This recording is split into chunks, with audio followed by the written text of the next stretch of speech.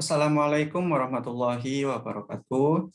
Perkenalkan, nama saya Yordan Kurniawan Mulyana dengan NIM 621141994. Di sini saya akan mempresentasikan tugas mata kuliah tenis lapangan dengan dosen pengampu Pak Limpat Nur Ahmad, SPD, MPD.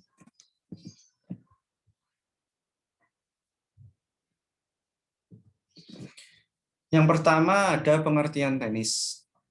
Tenis adalah olahraga yang dimainkan antara dua pemain atau antara dua pasangan. Jika bermain dengan dua pasangan, masing-masing pasangan itu terdiri dari dua pemain. Setiap pemain menggunakan raket untuk memukul bola karet.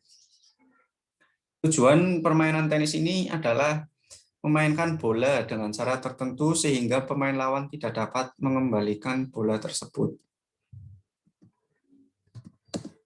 Selanjutnya ada tenis lapangan.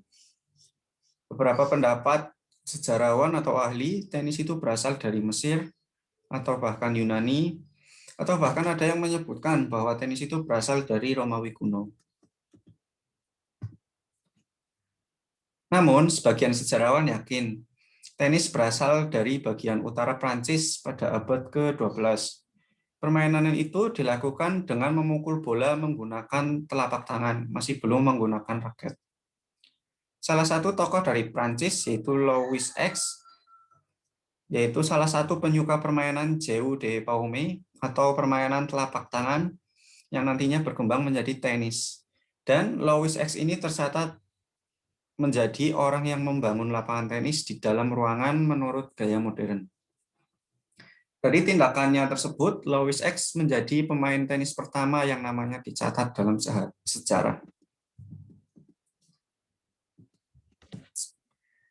Sedangkan untuk klub tenis pertama yang didirikan adalah Leamington di Prancis oleh J.B. Pereira, Harry Gem, Dr. Frederick Haynes, dan Dr. Arthur Tompkins pada tahun 1872.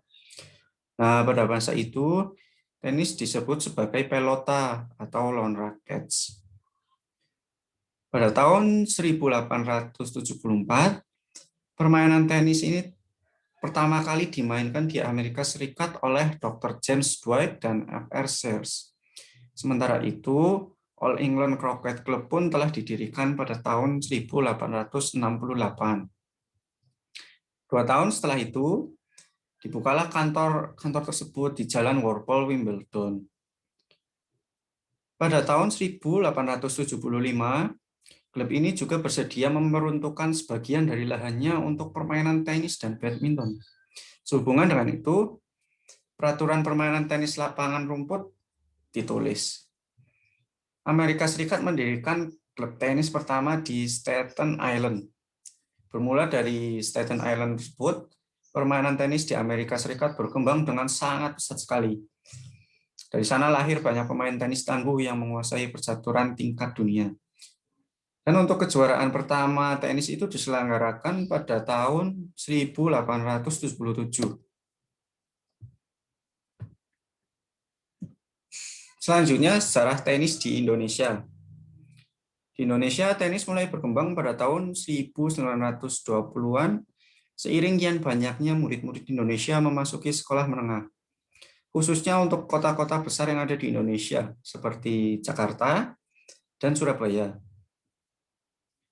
Perkembangan tenis di Indonesia semakin pesat, terlihat dari keikutsertaan 3 wakil pribumi pada semacam kejuaraan nasional yang diadakan oleh De Alkmaar Netherlands Lawn Tennis Bond, atau disingkat ANILTB di Malang, Jawa Timur pada tahun 1934. Dan 3 wakil pribumi tersebut, mereka pun mampu berjaya pada kejuaraan tersebut. Pada tanggal 26 Desember 1935, kemudian dicatat sebagai hari lahirnya PLT, atau Persatuan Lawn Tenis Indonesia. Gagasan pendiri PLT sendiri dikemukakan pada kejuaraan tenis di Semarang. Orang yang menggagas itu bernama Mr. Budianto Martoatmojo, yaitu tokoh tenis dari Jember.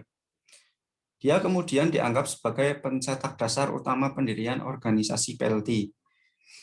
Hingga saat ini, meski tidak begitu populer, olahraga tenis ini masih eksis di setiap kejuaraan lokal, nasional, maupun internasional.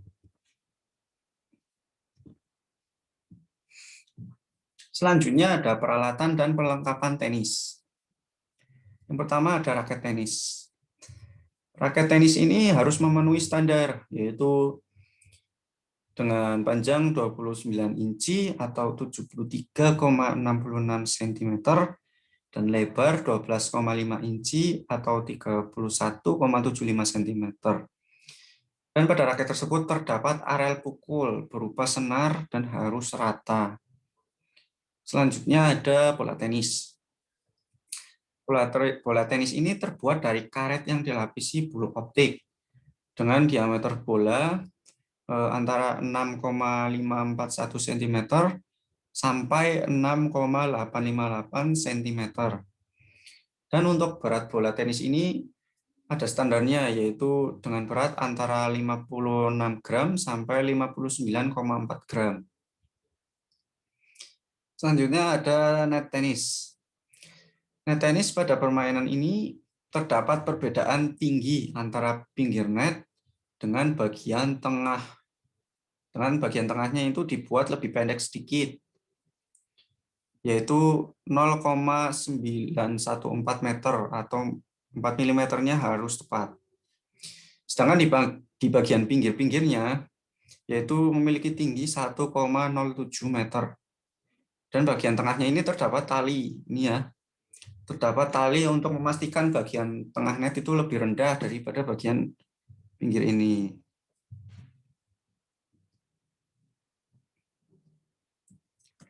Selanjutnya ada lapangan tenis. Lapangan tenis ini udah ada standar internasionalnya, yaitu dengan panjang 23,78 meter dan dibagi 2 sama panjang. Untuk lebar lapangan, permainan tunggal itu 8,23 meter, sedangkan untuk permainan ganda itu menambah alai 1,37 meter di kedua sisinya. Untuk garis lapangan itu harus memiliki ketebalan, yaitu 1 sampai 2 inci atau 25,4 sampai 50,8 mm. Khusus untuk garis baseline sama panjang antara bagian kiri dan kanan. Selanjutnya ada papan skor. Untuk poin kecil dimulai dari angka 00. Jika kita mencetak poin, maka skor berubah menjadi 15-0. Bila kita mencetak poin kedua, maka skor berubah menjadi 30-0. Dan apabila kita mencetak poin yang ketiga, maka skor akan menjadi 40-0. Untuk jus dilakukan apabila skor sama kuat 40-40. Tetapi apabila serve mendapat poin lagi, maka akan terjadi game. Dalam satu game, harus memenangkan 6 game. Pemain dianggap memenangkan pertandingan jika skor 6-0. Akan tetapi, jika permainan sama kuat dengan skor 6-6, maka diadakan game ke-7 dan dilakukan poin kecil tiebreak. Yang berbeda dari game-game sebelumnya, tiebreak ini menggunakan skor kecil, yaitu 0, 1, 2, 3, 4, 5, dan 5, 6, dan 7. Dan jika skor 6-6, maka dilakukan dus sampai permainan berakhir, yaitu sampai ada pemenang.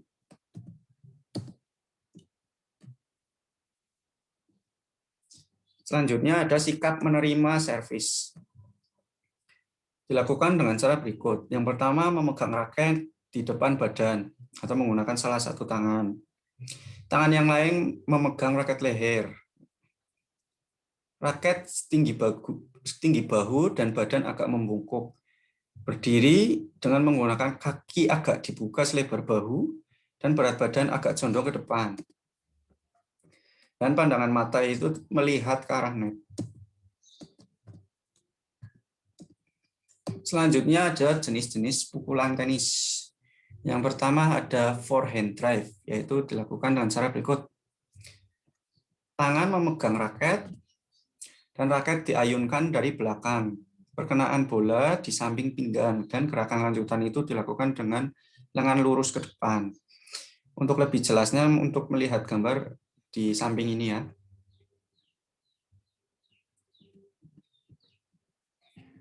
Selanjutnya ada backhand. Cara melakukan backhand ini, yang pertama berdiri dengan kedua kaki dibuka selebar bahu, pandangan lurus ke depan, kedua lutut itu agak ditekuk, dan pegang raket dengan ketinggian setinggi pinggang ketika bola mengarah ke kita. Tarik raket secara horizontal ke arah belakang dengan menarik lengan kanan oleh tangan kiri hingga bahu kanan menghadap arah datangnya bola. Kaki kiri sedikit agak diputar ke samping. Begitu bola akan menyentuh raket, miringkan badan ke arah samping, di mana kaki kanan berada di belakang, kemudian lakukan pukulan. Seperti gambar di samping ini ya. Kaki kiri ini diputar ke belakang dan kaki kanan di depan. Setelah melakukan pukulan, raket akan mengikuti arah bola. Arahkan pandangan mengikuti arah pergerakan bola. Selanjutnya ada servis. Cara melakukan servis ini yang pertama, pegang raket dengan cara kontinental. Yang kedua, berat badan ke depan saat bola dilambungkan. Seperti gambar yang ini ya. Bola dilambungkan ke sebelah kanan badan, lutut agak ditekuk, ya seperti gambar ini, lutut agak ditekuk, dan pukul bola dengan posisi tangan lurus. Kaki belakang pindah ke depan, dan badan menjaga keseimbangan.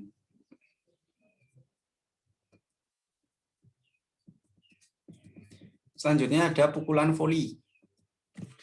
Pukulan voli ini dilakukan sebelum bola memantul ke lapangan. Nah, dilakukan dengan cara berikut.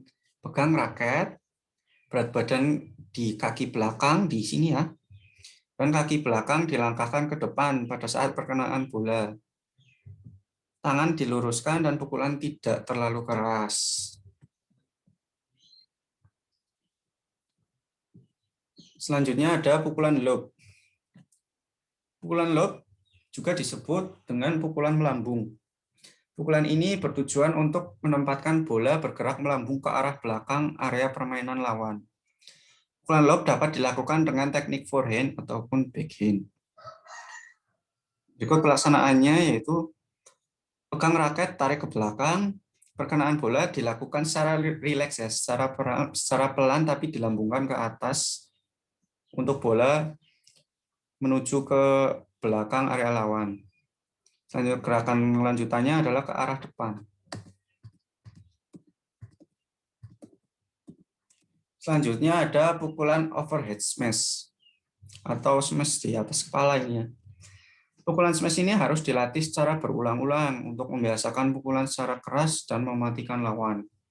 Pelaksanaannya, pegang raket, kemudian angkat raket ke atas, kaki kanan di belakang, seperti di gambar ini, kaki kanan di belakang, dan perkenaan bola tepat di atas kepala. Ya, di atas kepala. Selanjutnya ada pukulan chop. Cara melakukan pukulan chop ini, pegang raket, putar badan ke samping kiri, tarik raket ke samping kanan, dan perkenaan bola pada posisi di samping badan, gerakan mengikuti arah pukulan ke depan. Jadi kita posisi badan membelakangi lawan ya.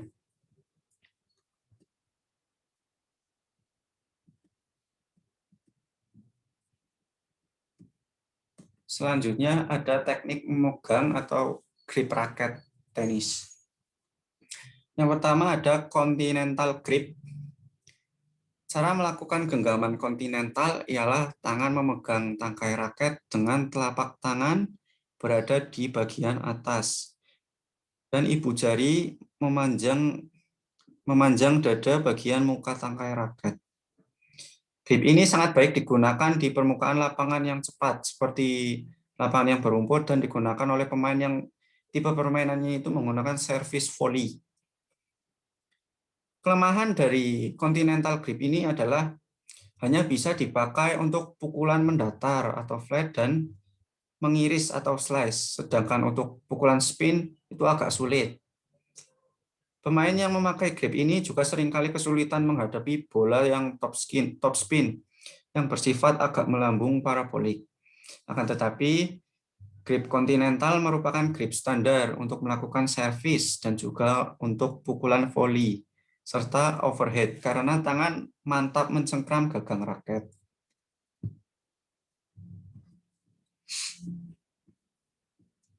Selanjutnya ada Eastern grip. Eastern merupakan grip yang paling mudah. Grip ini seringkali disebut sebagai pegangan berjabat tangan.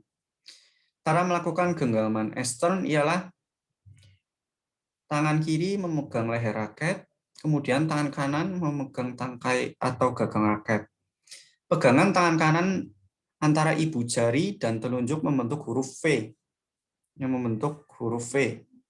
Pegangan ini seperti orang yang berjabat tangan dengan telapak tangan dekat dengan bidang yang rata. Grip ini sangat cocok sekali bagi pemain yang sering mengandalkan permainan volley ke depan net karena Anda dapat dengan mudah dan cepat menyesuaikan grip untuk pukulan volley ke depan. Tetapi Eastern grip ini ada kelemahan, yaitu pegangan ini agak susah untuk menghadapi bola top spin yang bersifat parabolik. Jadi sama seperti yang tadi ya kontinental. Selanjutnya ada Western grip. Cara melakukannya yaitu tangan memegang raket dengan telapak tangan berada di bawah gagang.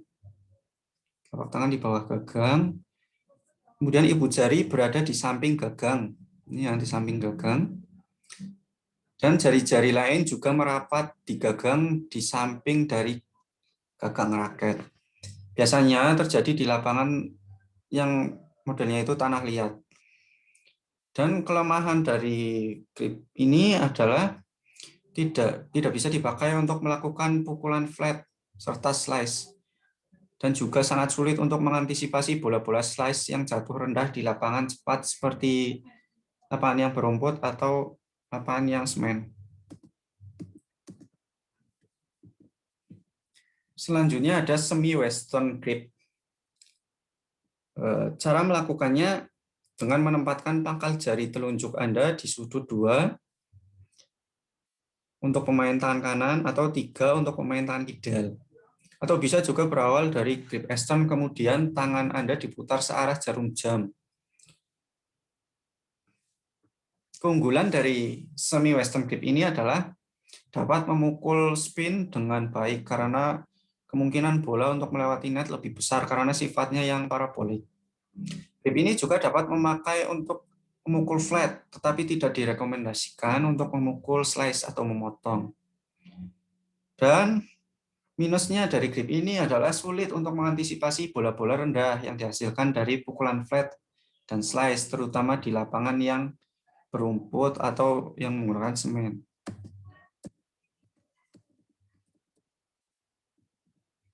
Selanjutnya ada peraturan dasar tenis lapangan. Yang pertama, sebelum permainan dimulai, dilakukan penentuan siapa yang akan melakukan servis atau memilih sisi lapangan berdasarkan undian. Bisa menggunakan koin ataupun yang lainnya. Setiap awal pertandingan, pemain selalu berada di sisi sebelah kanan lapangannya masing-masing ya.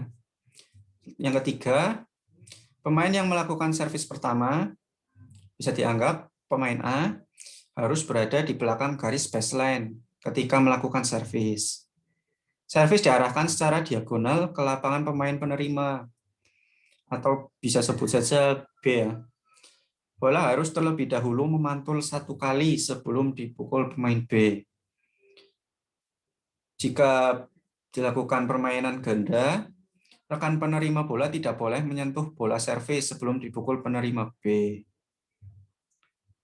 Dan jika pemain kehilangan poin itu ada faktor-faktornya, yaitu yang pertama, bola dipukul keluar dari garis atau disebut out ya.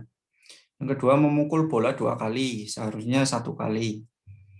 Yang ketiga, bagian tubuh pemain termasuk pakaian dan aksesoris menyentuh net atau sisi lapangan lawan. Selanjutnya memukul bola sebelum melewati net itu juga tidak. Itu juga akan kehilangan poin. Nah, sekian dari saya. Apabila banyak kesalahan atau kata-kata yang jelibet itu ya, saya minta maaf dan sekian, terima kasih. Wassalamualaikum warahmatullahi wabarakatuh.